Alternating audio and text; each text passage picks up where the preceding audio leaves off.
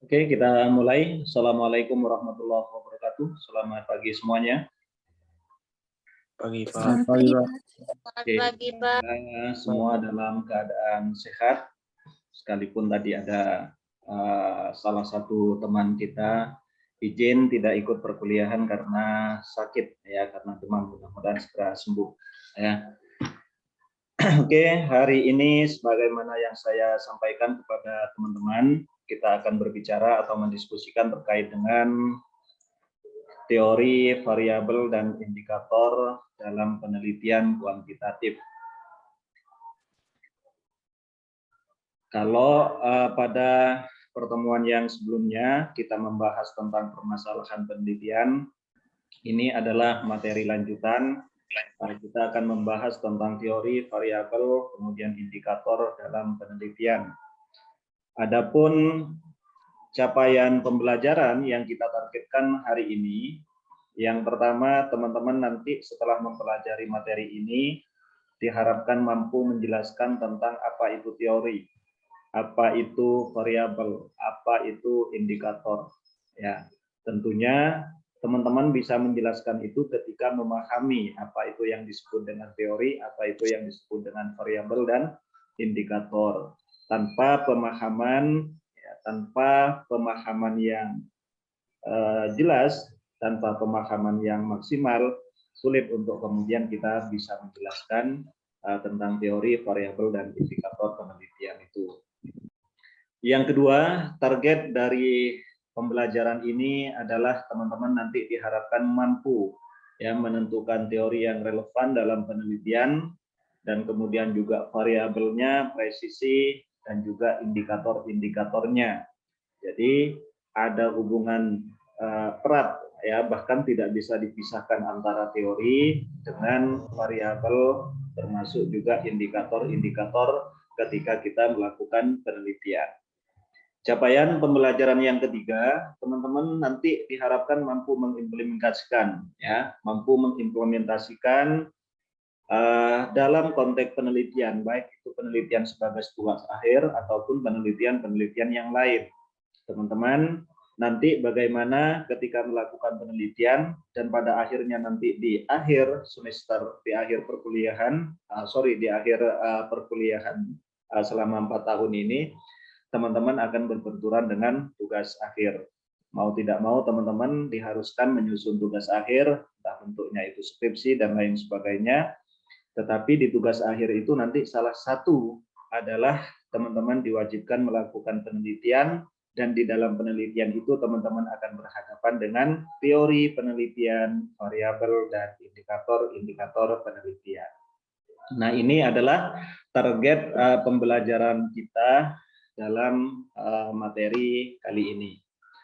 Oke, kita lanjut. Yang pertama, kita membahas tentang teori penelitian. Sebelum saya lanjutkan, teman-teman masih bisa mendengarkan suara saya? Masih, Pak. Oke, saya ambil dari bukunya Sugiono, dicetak tahun 2018, ya, bahwasanya teori itu adalah seperangkat konstruk atau konsep, definisi, dan proposisi yang berfungsi untuk melihat fenomena secara sistematis melalui spesifikasi hubungan antar variabel sehingga dapat berguna untuk menjelaskan dan meramalkan fenomena. Nah, itu teori, teman-teman. Jadi dalam konteks ini teman-teman harus bisa membedakan antara teori dengan konsep. Teori itu tidak sama dengan konsep. Teori itu tidak sama dengan definisi. Pun juga konsep tidak sama dengan definisi atau pengertian-pengertian. Jadi teori penelitian itu merupakan seperangkat konstruk, seperangkat konsep, ya. Definisi-definisi, proposisi yang berfungsi untuk melihat fenomena tentunya secara sistematis atau secara teratur. Jadi dalam konteks ini saya perlu pertegas agar tidak salah paham ketika nanti teman-teman mengimplementasikan atau melakukan penelitian, ketika ditanya teorinya kemudian menyebutkan definisi. Beda, ya, teori itu adalah kumpulan, ya, adalah kumpulan atau seperangkat konsep-konsep, entah itu definisi, kriteria, asas, prinsip, dan seterusnya. Itu yang kemudian kita sebut sebagai seperangkat konstruk, ya, bukan hanya terdiri dari definisi-definisi. Saya contohkan yang kedua, teori adalah generalisasi atau kumpulan generalisasi yang dapat digunakan untuk menjelaskan berbagai fenomena secara sistematik, ya. Jadi di akhir itu mesti ada kata-kata sistematik karena salah satu indikator ilmiah itu kita harus melakukan sesuatu itu secara sistematis, ya, secara tersusun, secara rapi. Nah, teori itu adalah generalisasi atau sekumpulan generalisasi. Apa tujuannya? Apa fungsinya? Fungsinya adalah untuk menjelaskan berbagai fenomena-fenomena yang kita teliti. Nah, jadi kalau kita berbicara konteks penelitian, berarti teori itu adalah sesuatu atau perangkat yang menjelaskan tentang fenomena-fenomena yang akan kita teliti, ya, bukan fenomena semua fenomena kita jelaskan, tidak, tetapi fokuslah kepada apa yang kita akan teliti nantinya. Itu adalah teori, teman-teman. Sehingga dalam konteks ini perlu saya pertegas kembali bahwasanya teori itu bukan konsep, ya, bukan definisi saja, bukan proposisi saja, tetapi adalah seperangkat. Ya, ada konsep-konsep, ada definisi-definisi dan seterusnya. Nah, itulah yang kemudian kita sebut sebagai teori. Oke, kita lanjut. Landasan teori, ya. Yang pertama, menentukan landasan teori adalah langkah penting kedua dalam penelitian setelah merumuskan masalah. Kalau pada pertemuan sebelumnya saya menjelaskan tentang masalah panjang lebar karena masalah ini merupakan sesuatu yang penting dalam penelitian, maka hal yang penting kedua adalah teman-teman perlu menentukan teori secara relevan dan presisi, ya. Kenapa? Karena menentukan teori itu adalah hal yang penting tadi itu. Anda salah menentukan teori, Anda salah menentukan landasan-landasan teori, maka dalam konteks penelitiannya teman-teman juga akan salah nanti dalam implementasinya. Yang kedua, landasan teori harus ditegakkan dan dikokohkan, ya. Jadi landasan teori yang teman-teman kutip, yang teman-teman cantumkan di bab 2, kalau dalam konteks penelitian ya biasanya ada di bab 2, harus kokoh, ya. Apa yang Anda pahami itu harus kokoh tentang teori itu, ya. Agar apa? Agar peneliti mempunyai dasar yang kuat dan tidak hanya sekedar coba-coba. Jadi penelitian itu memang benar-benar dilakukan secara maksimal, benar-benar ditargetkan secara maksimal agar tidak terkesan coba-coba. Coba ini, bisa salah, bisa benar, dan seterusnya. Jadi nanti ketika teman-teman melakukan penelitian dalam konteks apapun, kesannya jangan sampai ada kesan penelitian itu coba-coba. Harus memang benar-benar serius, harus benar-benar maksimal. Sehingga apa yang menjadi target, apa yang menjadi tujuan akhir dari kita melakukan penelitian itu benar-benar tercapai. Oke, yang ketiga, teori itu akan mengandung arti penting jika teori tersebut lebih banyak melukiskan, menerangkan, atau meramalkan gejala yang ada. Nah, dalam konteks ini perlu juga dipertegas teman-teman bahwasanya teori yang kita cantumkan di bab 2 itu bukan kemudian hanya sekedar barisan teori, bukan kemudian sekedar hanya parade, ya, tidak. Tetapi bagaimana teori yang kita cantumkan di bab 2 itu mampu menjelaskan, mampu melukiskan, mampu menggambarkan gejala atau fenomena-fenomena yang akan kita teliti. Jadi tidak sekedar hanya taruh copy paste, taruh copy paste, taruh, tidak demikian ya caranya. Tetapi harus kita pahami, memang benar-benar harus dikokohkan ya tentang teorinya, dan kemudian teori yang kita masukkan juga harus mampu menjelaskan, mendeskripsikan atau melukiskan tentang gejala-gejala yang akan kita teliti. Oke, sampai saat ini teman-teman masih bisa mengikuti, bisa jelas, terdengar jelas suara saya? Masih Pak, masih Pak. Oke. Sebelum saya lanjutkan, jika teman-teman nanti ada pertanyaan, silahkan langsung ditulis di kolom chat ya, di kolom chat. Nanti biar saya jawab setelah saya menjelaskan ini dan kita diskusikan. Oke, kita lanjut. Kita sekarang masuk ke penelitian terdahulu ya. Di dalam penelitian, khususnya di universitas kita, Tribhuwana Tunggadewi, ketika teman-teman menyusun tugas akhir, khususnya menyusun skripsi, teman-teman sudah menyusun bab 1 yang terdiri dari pendahuluan, rumusan masalah, kemudian ada tujuan, kemudian ada manfaat atau kegunaan. Masuklah ke bab 2. Sebelum kita merumuskan, sebelum kita mencantumkan teori-teori yang barusan kita bahas, teman-teman juga diharuskan mencantumkan penelitian terdahulu. Apa itu penelitian terdahulu? Penelitian terdahulu itu merupakan hasil penelitian yang telah dipertanggungjawabkan dan dipublikasikan. Ada 2 hal yang perlu teman-teman garis bawahi. Yang pertama, hasil penelitian tersebut sudah dipertanggungjawabkan. Yang kedua, harus sudah dipublikasikan.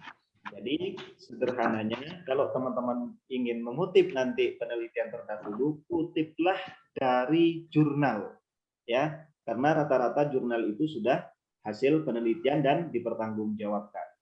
Kutip dari buku, ya, kutip dari buku, atau kutip dari hasil proceeding. Nah, jangan kutip dari skripsi yang belum dipublikasikan. Skripsi baru penelitian belum dipertanggungjawabkan, juga belum dipublikasikan, teman-teman sudah kutip. Ya, menurut hasil penelitian, apa ini bentuknya skripsi, Pak? Jangan dulu. Ya, saran saya kutip dari jurnal, kutip dari proceeding, kutip dari buku-buku hasil penelitian. Itu sudah dipertanggungjawabkan dan dipublikasikan. Penelitian terdahulu yang dicantumkan harus bersinggungan dengan penelitian yang hendak dilakukan. Bukan semua penelitian bisa kita masukkan, tetapi penelitian yang kita masukkan dalam dalam proposal kita atau dalam penelitian kita nanti adalah penelitian-penelitian yang berhubungan dengan penelitian yang akan kita lakukan. Jangan ada pertimbangan, Pak, ini karena teman saya, makanya saya masukkan. Tidak boleh, ya. Atau sebaliknya, ya, ini Pak senior kita, jadi penelitiannya ini kita masukkan aja semua. Tidak boleh, pertimbangannya harus bersinggungan dengan penelitian yang hendak kita lakukan. Ada hubungan, ya. Contoh kita melakukan penelitian tentang pelayanan EKTP. Maka penelitian terdahulu yang boleh teman-teman masukkan, boleh teman-teman cantumkan itu penelitian-penelitian tentang pelayanan EKTP. Ya. Nah, di mana kalau lokus bisa di tempat di mana kita melakukan penelitian, kalaupun tidak ada, boleh di tempat lain, tetapi tentang pelayanan EKTP. Jadi harus bersinggungan, teman-teman, tidak boleh sembarangan. Yang ketiga, penelitian terdahulu sebagai bahan pertimbangan penelitian yang akan kita lakukan. Tujuan kita melakukan atau memasukkan penelitian terdahulu itu agar menjadi pertimbangan-pertimbangan kita melakukan penelitian. Oh, ternyata penelitian terdahulu hasilnya ini. Penelitian terdahulu ternyata melakukan ini. Rekomendasinya seperti ini. Nah, posisi penelitian yang akan kita lakukan nanti di mana? Itu adalah pertimbangan-pertimbangan, ya, yang harus kita lihat, yang harus kita perhatikan, sehingga nanti penelitian kita tidak salah arah, tidak berjurumus terhadap penelitian yang plagiat, dan seterusnya. Penelitian terdahulu menghindarkan dari pengulangan penelitian yang akan dilakukan. Kalau kita tahu tentang penelitian-penelitian terdahulu yang berhubungan dengan penelitian kita, maka sekali lagi kita tahu tentang posisi kita. Jangan sampai kita melakukan penelitian tetapi mengulang penelitian-penelitian yang sudah dilakukan oleh peneliti sebelumnya. Ya, jadi perlu mencantumkan penelitian terdahulu itu ketika agar kita terhindar dari pengulangan penelitian yang sama atau yang sejenis, ya, yang sudah dilakukan oleh orang lain. Yang selanjutnya, penelitian terdahulu menghindarkan dari plagiasi. Plagiasi itu penjiplakan. Kita dianggap menjiplak, kita dianggap mengklaim, mengaku penelitian orang. Jangan sampai kita sudah capek-capek, kita bekerja betul-betul, ternyata mirip dengan punya orang. Itu juga tidak boleh dalam penelitian. Nah, itu juga perlu diperhatikan teman-teman, sehingga nanti penelitian teman-teman benar-benar maksimal, penelitian teman-teman benar-benar mencapai target yang diharapkan. Oke, sampai saat ini teman-teman, suara saya masih kedengaran jelas? Siap, Pak. Masih, Pak. Oke. Perasaan saya teman-teman bisa dipahami kurang cepat, kurang pelan atau gimana? Pas, Pak. Sudah, sedang ya? Pas, Pak. Sekali lagi, kalau teman-teman ada pertanyaan, silahkan nanti dituliskan di kolom chat ya, biar nanti langsung saya jawab. Ya.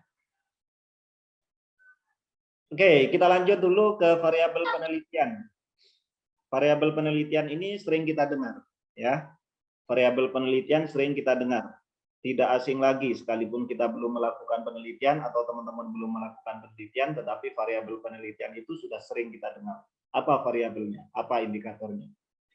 Variabel penelitian itu pada dasarnya adalah segala sesuatu yang bisa berbentuk apa saja yang ditetapkan oleh peneliti untuk dipelajari sehingga diperoleh informasi tentang hal tersebut, kemudian ditarik kesimpulan. Jadi variabel itu menurut Sugiono intinya pada dasarnya adalah segala sesuatu yang mampu menjelaskan atau dipelajari sehingga memperoleh informasi-informasi yang kita teliti dan kemudian kita menarik kesimpulan. Variabel penelitian harus relevan dengan tujuan penelitian yang dilakukan dan juga diamati dan dapat diukur. Jadi variabel yang kita tentukan dalam penelitian itu sudah harus benar-benar sesuai dengan tujuan penelitian kita. Kalau kita menargetkan punya tujuan untuk meneliti tentang pelayanan, maka variabelnya harus tentang pelayanan, ya. Target kita apa? Mendapatkan informasi tentang kebijakan, maka variabel kita juga harus tentang kebijakan. Ya. Oke, ini tentang variabel teman-teman. Nanti teman-teman baca secara definisi, ya. Nanti saya akan perlihatkan beberapa contoh aja tentang variabel biar langsung teman-teman bisa mempraktekkan nantinya penelitian. Apa itu? Indikator penelitian itu adalah suatu yang dapat digunakan sebagai petunjuk atau standar dasar sebagai acuan dalam mengukur adanya perubahan pada suatu kegiatan atau kejadian. Nah, itu adalah indikator, teman-teman. Jadi standar-standar dasar untuk mengukur perubahan-perubahan pada suatu kejadian atau suatu kegiatan. Ya.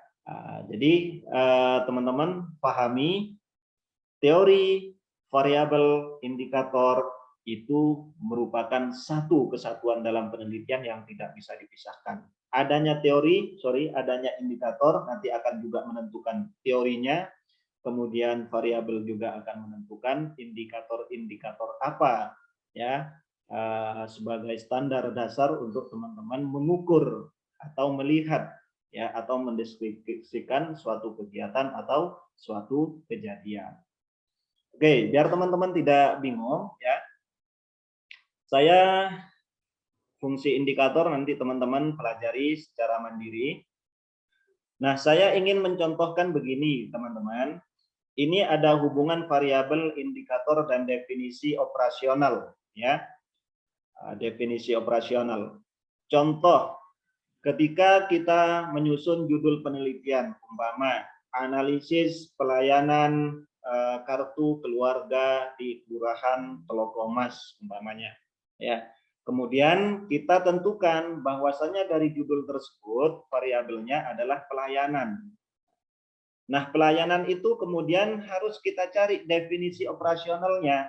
Ini salah satu bagian dari teori yang saya maksud tadi. Definisi operasionalnya apa? Pelayanan itu merupakan segala bentuk jasa pelayanan, baik dalam bentuk barang maupun bentuk jasa publik yang pada prinsipnya menjadi tanggung jawab dan dilaksanakan oleh instansi pemerintah, pusat, daerah, dan lingkungan badan usaha milik negara, serta milik daerah. Dalam rangka apa? Dalam rangka upaya pemenuhan kebutuhan masyarakat maupun dalam rangka pelaksanaan ketentuan peraturan perundang-undangan. Ini namanya definisi operasional, teman-teman. Nah, variabel pelayanan. Nah, bagaimana Pak menentukan indikator? Indikator itu kan standar tadi itu, ya, standar dasar atau nilai-nilai. Dari mana kita mengambilnya? indikator itu diambil dari definisi operasional, atau sederhananya indikator itu diambil dari definisi atau pengertian. Cari di sini nilai-nilainya. Bahwasanya pelayanan itu segala bentuk jasa pelayanan. Oh, ada jasa pelayanan, ya. Tulis. Indikatornya berarti salah satunya jasa pelayanan. Kemudian ada barang publik. Oh, pelayanan dalam bentuk barang publik. Ada jasa publik juga, ya, ada jasa publik. Terus ada tanggung jawab. Ini menjadi tanggung jawab pemerintah, baik pusat, daerah, dan seterusnya. Ada tanggung jawab instansi pemerintahan. Yang kelima, umpamanya pemenuhan untuk pemenuhan kebutuhan. Ada pemenuhan upaya pemenuhan kebutuhan masyarakat.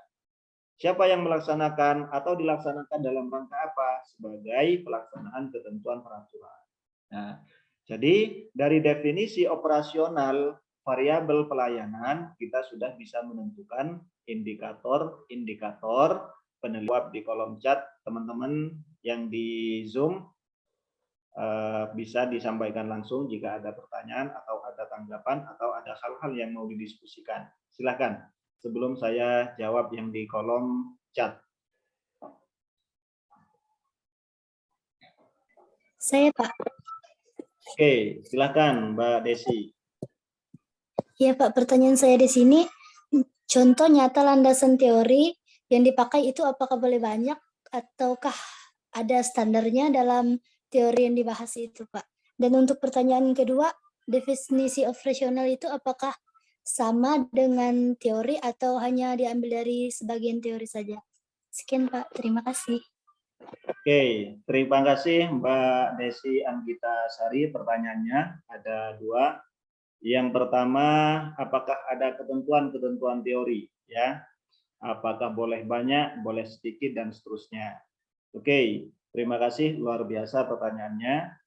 Teori itu kalau dalam penelitian nanti ada yang disebut sebagai green theory sebenarnya teman-teman, ya. Kemudian ada middle theory dan kemudian ada teori penunjang, ya. Nah, definisi operasional itu, teori penelitian itu nanti teman-teman bisa menggunakan sebanyak mungkin teori, ya.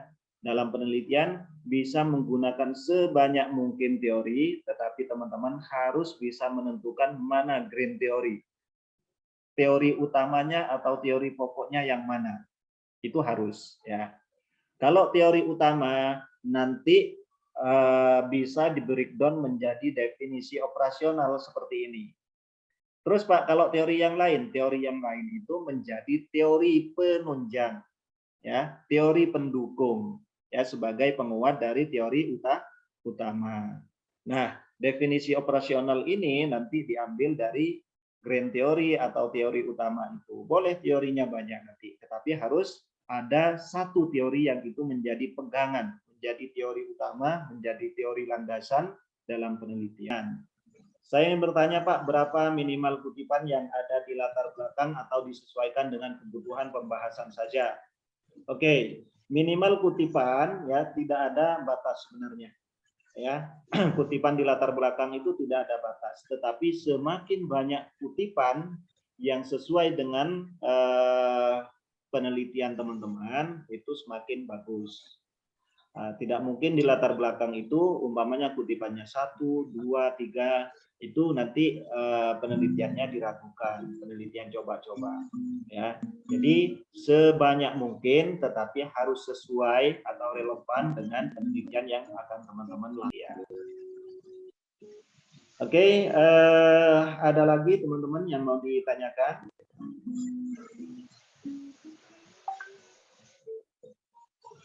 Kalau tidak, teman-teman, saya minta refleksi materi ya, nanti untuk saya bisa mengukur atau mengevaluasi materi yang sudah saya sampaikan bisa dipahami atau tidak. Yang pertama, coba teman-teman berikan variabel, contoh variabel penelitian, boleh teman-teman cari di skripsi yang sudah ada, atau cari di Google, atau dimanapun ya. Intinya teman-teman memberikan contoh variabel penelitian sesuai dengan kompetensi Anda. Bisa manajemen publik, bisa kebijakan publik, ataupun perencanaan pembangunan. Dari variabel tersebut coba cari teorinya. Nggak usah banyak-banyak, satu aja teori apa, menurut siapa, di buku apa, ya. Baru setelah teori Anda temukan, Anda coba cari indikator-indikator atau nilai-nilai dasar yang ada dari variabel tersebut. Ya, tulis aja nanti di tulisan di catatan buku, di buku catatan teman-teman. Di pertemuan berikutnya nanti saya akan lihat, saya akan ukur, kita akan bahas, kita akan diskusikan dari refleksi materi ini. Begitu ya, teman-teman, bisa dipahami? Bisa, Pak. Oke, yang lain gimana? Bisa, Pak. Bisa. Oke, tulis aja di buku tulis ya, nanti teman-teman variabelnya apa, definisi operasionalnya seperti apa, atau teori yang digunakan, baru kemudian sebutkan indikator-indikatornya. 1, ini, 2, ini, 3, ini. Berapa variabel? 1 variabel saja. Ya, cuma indikatornya nanti juga berarti banyak ya. Ya tidak banyak-banyak, 1 variabel aja, indikatornya apa aja, nanti teman-teman tulis aja. Nanti kita diskusikan pada pertemuan berikutnya. Oke, ada lagi yang mau disampaikan teman-teman sebelum kita akhiri?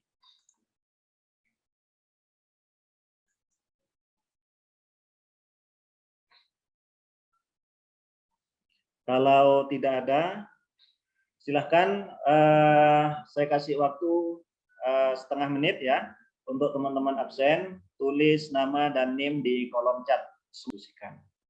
Saya akhiri, kurang lebihnya sekali lagi mohon maaf. Assalamualaikum warahmatullahi wabarakatuh. Selamat pagi semua dan salam sehat untuk kita Waalaikumsalam semua. warahmatullahi wabarakatuh. Waalaikumsalam warahmatullahi wabarakatuh. Terima kasih. Oke, terima kasih. Boleh keluar dari